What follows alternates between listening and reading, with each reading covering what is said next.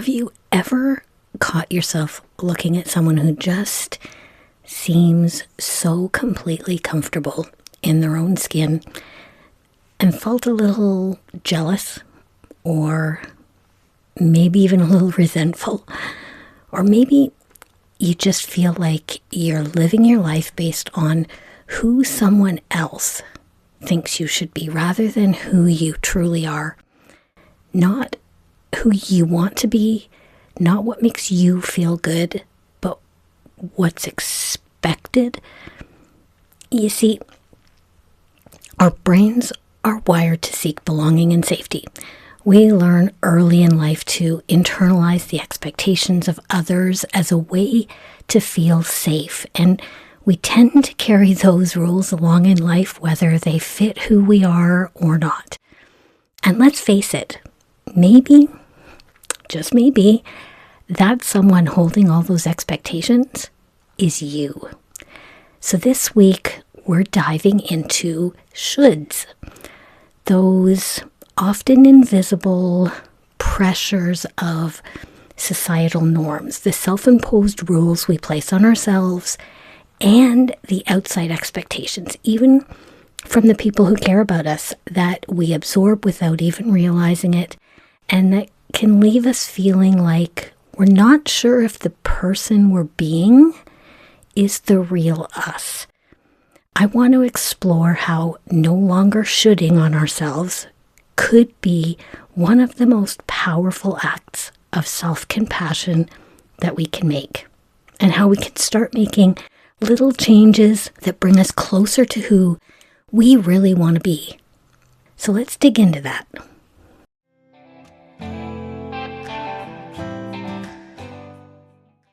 You know how life throws us curveballs? Nobody gets through this journey of life without a few storms. Welcome to Transformative Journeys. I'm your host, Johanna LaRue. Each week, I'll share my thoughts and insights and dig into strategies that can empower you to rediscover yourself, learn about transforming pain into power, building confidence to navigate life's challenges, and cultivating a life of meaning and joy. Join me on this journey of exploration and transformation.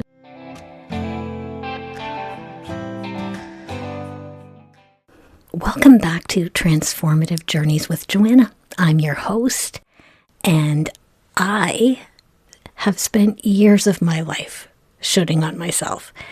Yep, there may have been times when I looked pretty rebellious on the outside, but part of that rebellion when I was younger was an unconscious battle against my shoulds. I just wasn't aware of it at 16.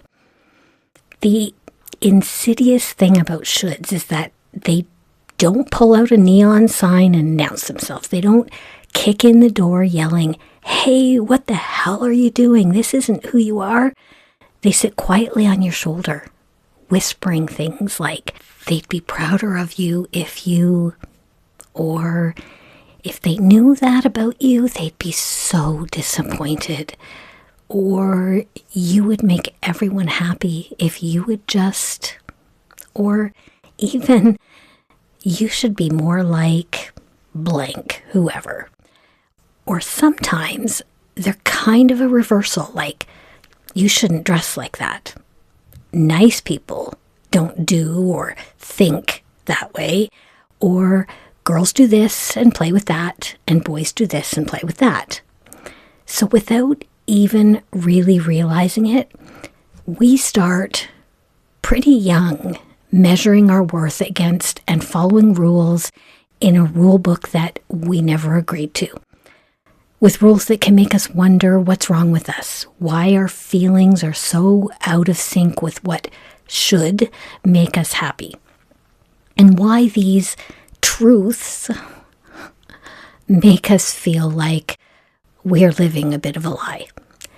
And some of those rules come from society, like what relationships are supposed to look like, what success is supposed to look like, what aging is supposed to look like. And some of them come from our family of origins, what good children do, what parenting is supposed to look like, what appropriate behavior, appearance, or pursuits for each gender are, what careers or accomplishments are suitable or acceptable.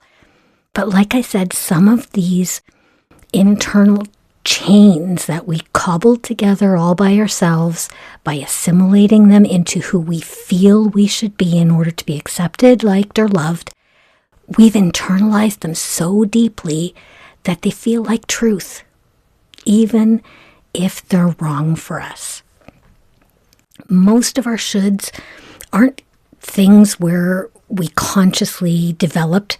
They slipped sort of into our unconscious or subconscious through messages we absorbed growing up, things we grew up seeing praised or criticized, well-meaning advice from people who love us but see the world through their own lens, cultural or religious expectations, and now more and more social media comparison. And because we're so deeply wired neurologically to not just want, but to need social acceptance and approval, our brains are constantly trying to predict how to avoid social rejection. Yes, like from family and friends, but also from complete strangers. So our shoulds become like a pre-programmed threat detection center that runs on autopilot in the background. And from a very young age, our brains develop a reward system that makes us super sensitive to social feedback, and we learn to deeply internalize the rules that help us feel like we belong and like we feel help keep us safe.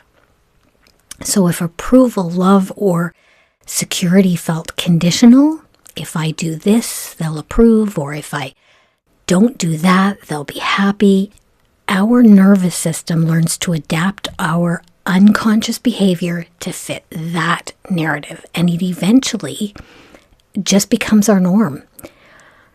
Our brains are so incredibly adept at highlighting the rules in our social sphere that help us belong and at sending out threat signals to us if we're doing something that could potentially mean we aren't going to live up to those expectations long before our conscious minds have a chance to catch up.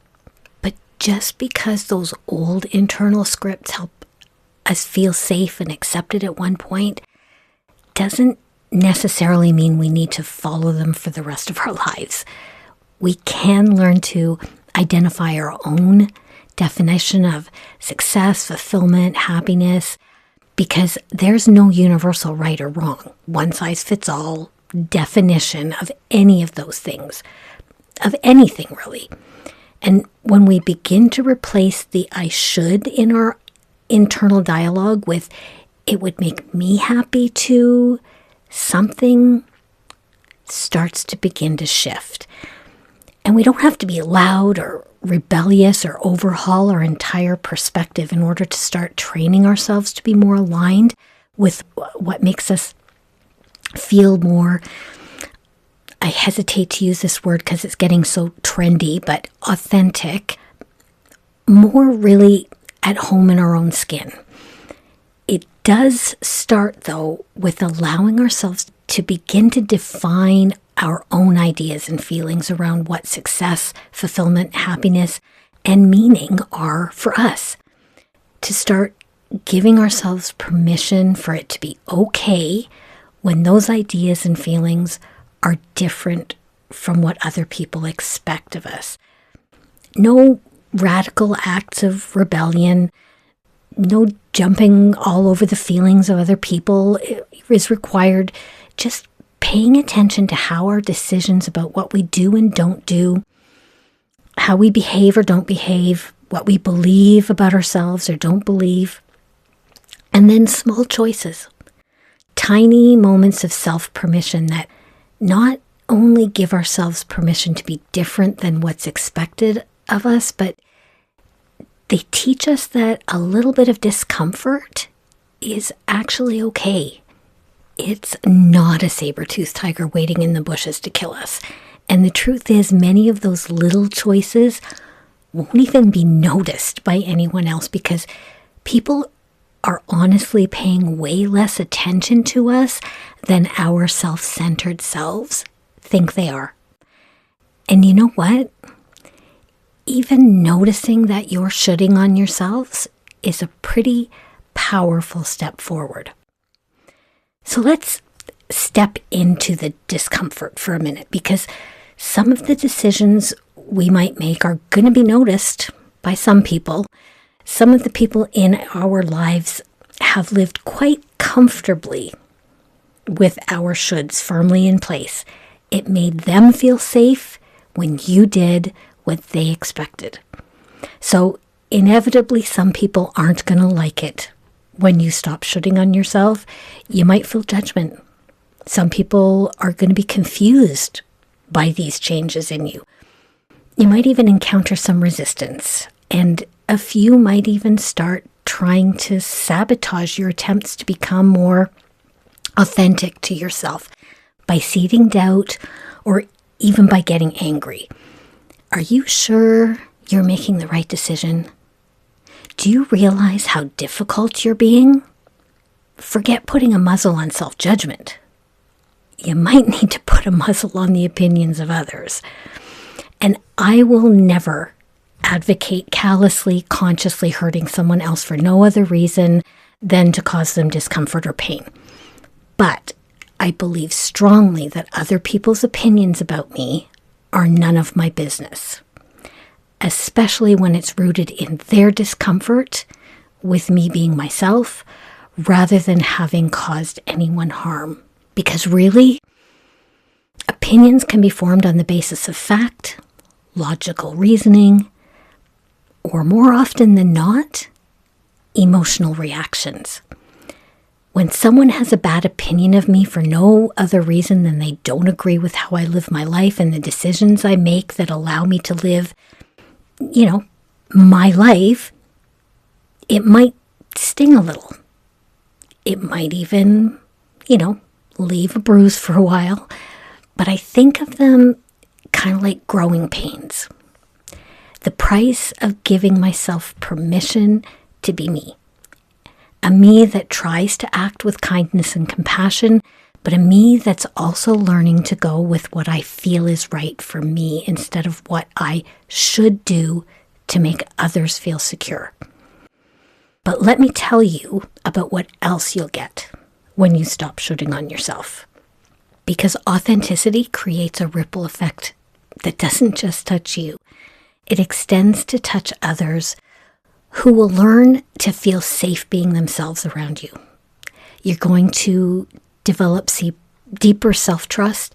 You're going to build more honest relationships, particularly with the people who matter. You're going to feel less internal friction between what feels right for you and other people's expectations.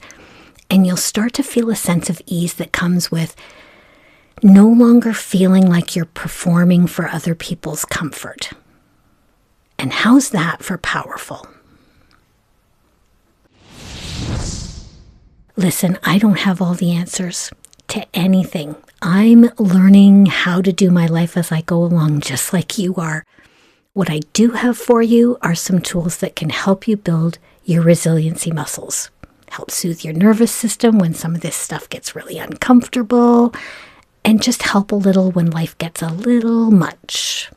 You can grab them on Johanna's toolkit page at transformativejourneys.ca. They're totally free, no spam, no guilt, just because we're all trying to figure out this thing called life together. All right, let's get back into it.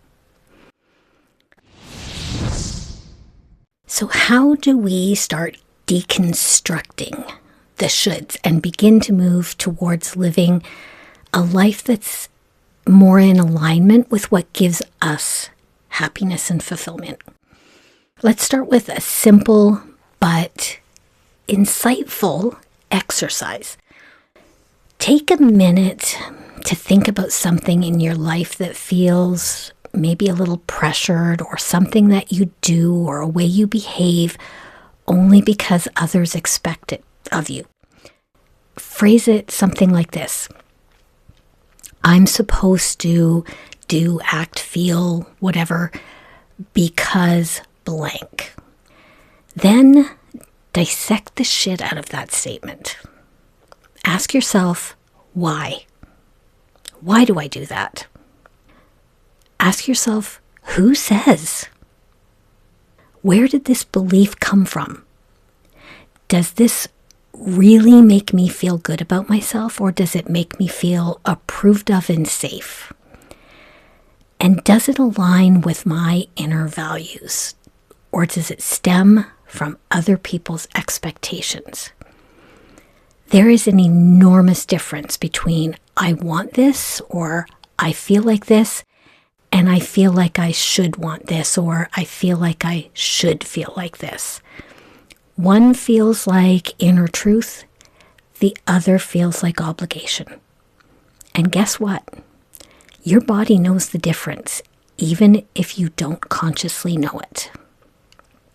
But you might be saying now, that's all well and good, Johanna. Now that I've identified that I'm shooting on myself, how the hell do I start to not do it anymore? You should know by now that I've got you, right?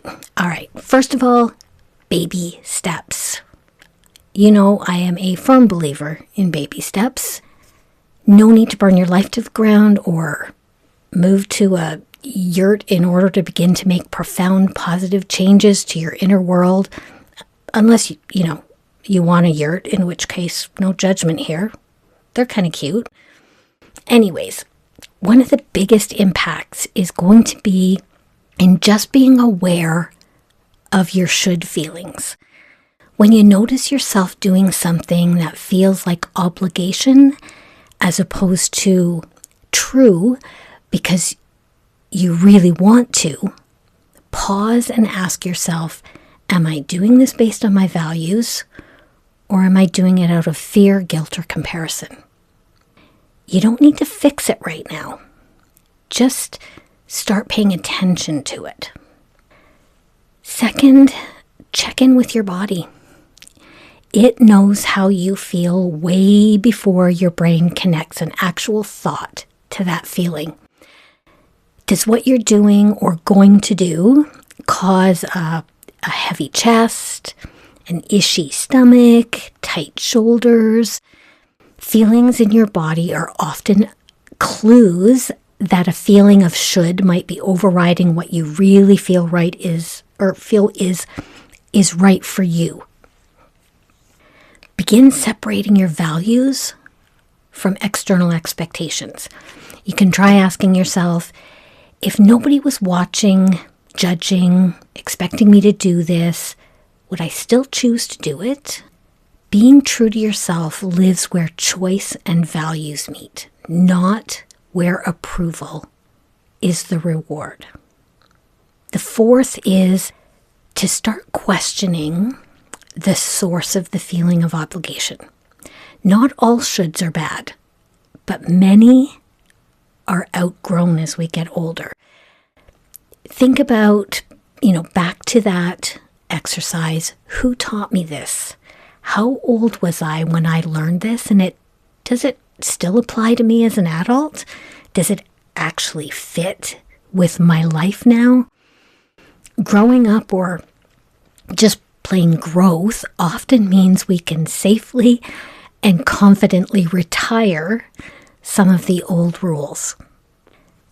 Fifth, and finally, practice small acts of self-permission.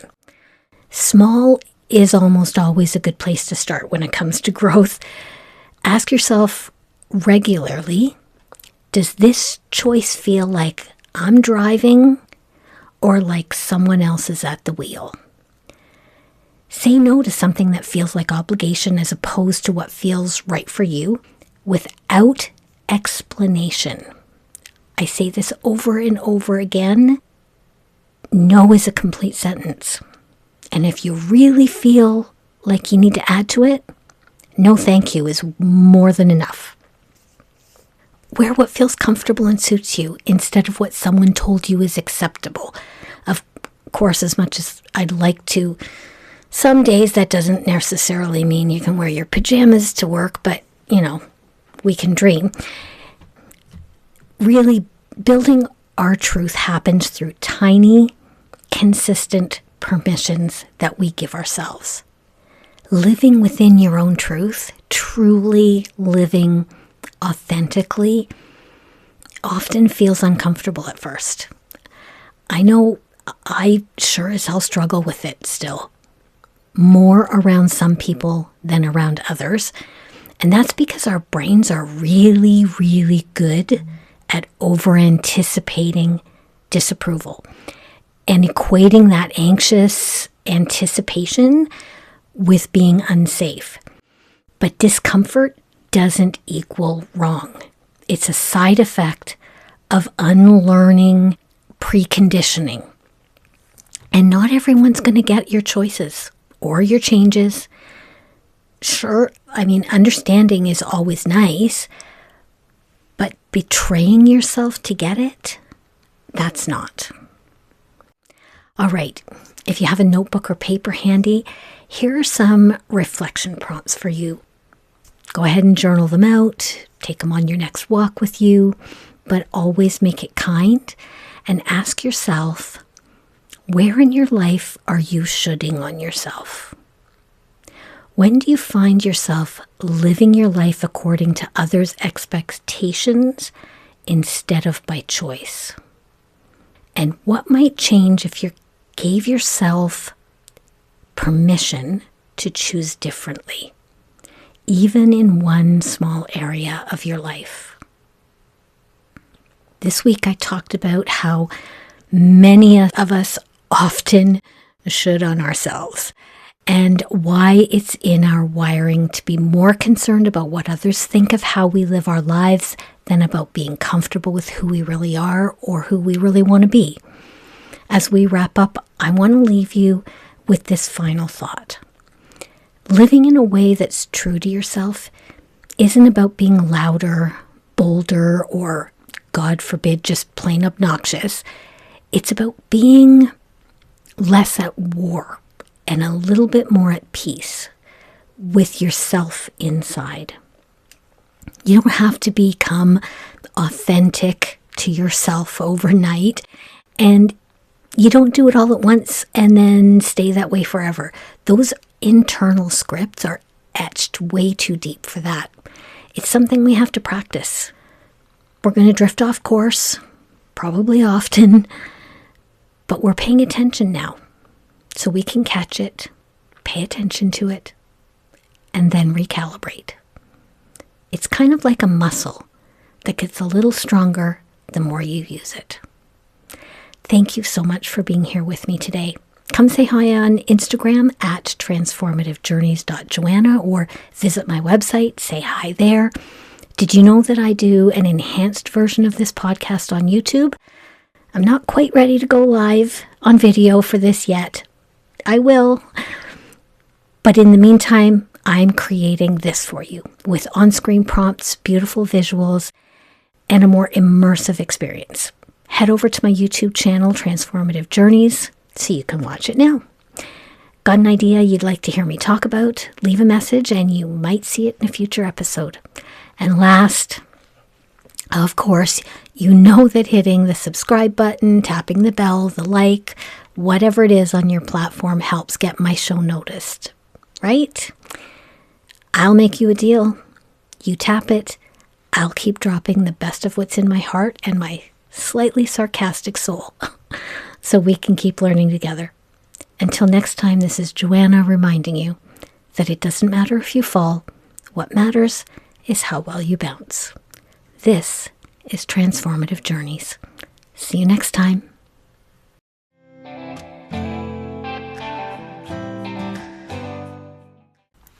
Your support helps me keep creating free tools and honest conversations. Because let's be real, even when you love what you're doing, sometimes it takes a whole lot of metaphorical duct tape to hold it all together. If you'd like to toss a little love into the duct tape fund, you can now support the podcast at buymeacoffee.com. I'll put a link in the show notes.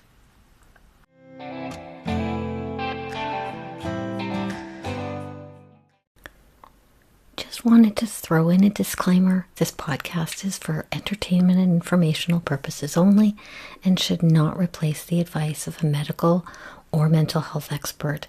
I'm not a licensed counselor or a therapist, just a human with a mic and a story of growth and resilience.